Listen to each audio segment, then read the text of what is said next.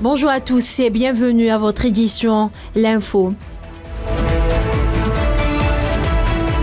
Le ministre algérien de la Justice, garde des Sceaux, Abdelrachid Tebbi, a affirmé vendredi depuis Palerme le souci de l'Algérie, dans le cadre de la lutte contre le crime organisé, est de donner une importance majeure à la formation et au renforcement des dispositifs chargés de l'application de la loi dans le cadre du respect des principes des droits de l'homme.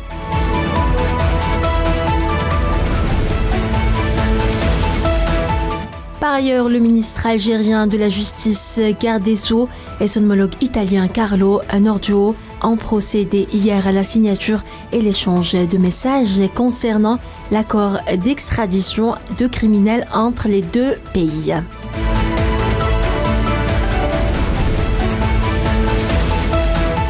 Le ministre algérien du Commerce et de la Promotion des Exportations, Taïb Zitouni, s'est entretenu vendredi à Kampala avec le ministre ougandais du Commerce, Francis Mwebesa, sur les voies et moyens de renforcer la coopération bilatérale. À cette occasion, Zitouni a affirmé l'engagement de l'Algérie de renforcer le partenariat économique entre les deux pays et promouvoir les échanges commerciaux et les investissements en commun dans différents domaines.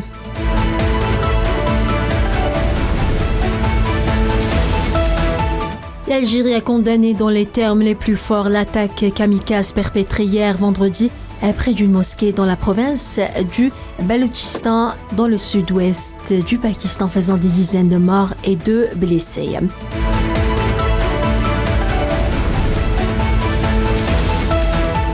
Les autorités tunisiennes ont annoncé vendredi avoir déjoué 426 opérations de migration irrégulière dans plusieurs régions du pays durant la période du 15 au 28 septembre.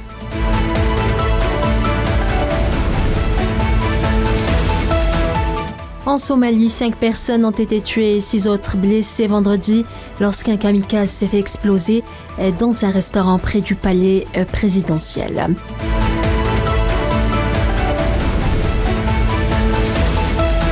Des pluies très importantes tombaient dans la nuit de jeudi à vendredi dans le nord-est des États-Unis, ont partiellement paralysé la mégapole de New York, son gigantesque métro, ses routes et l'un de ses aéroports, les autorités appelant la population à la plus grande prudence.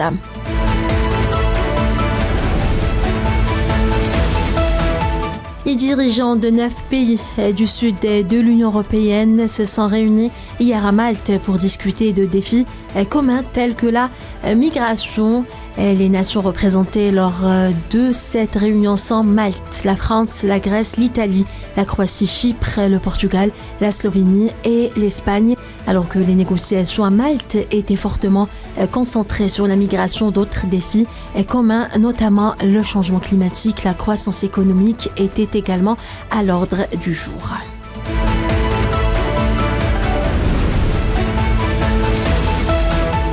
Une dizaine d'éléments du groupe terroriste Boko Haram ont été éliminés jeudi dans une embuscade tendue par les forces de défense camerounaises dans la région de l'extrême nord, selon des sources sécuritaires.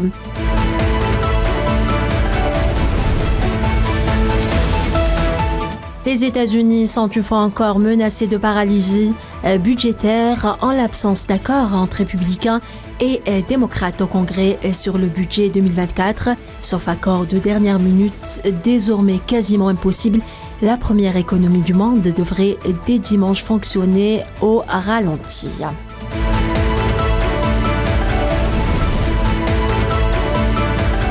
Les bureaux de vote ont ouvert en Slovaquie ce samedi pour un scrutin législatif qui s'annonce serré et qui est considéré comme déterminant pour la politique étrangère du pays.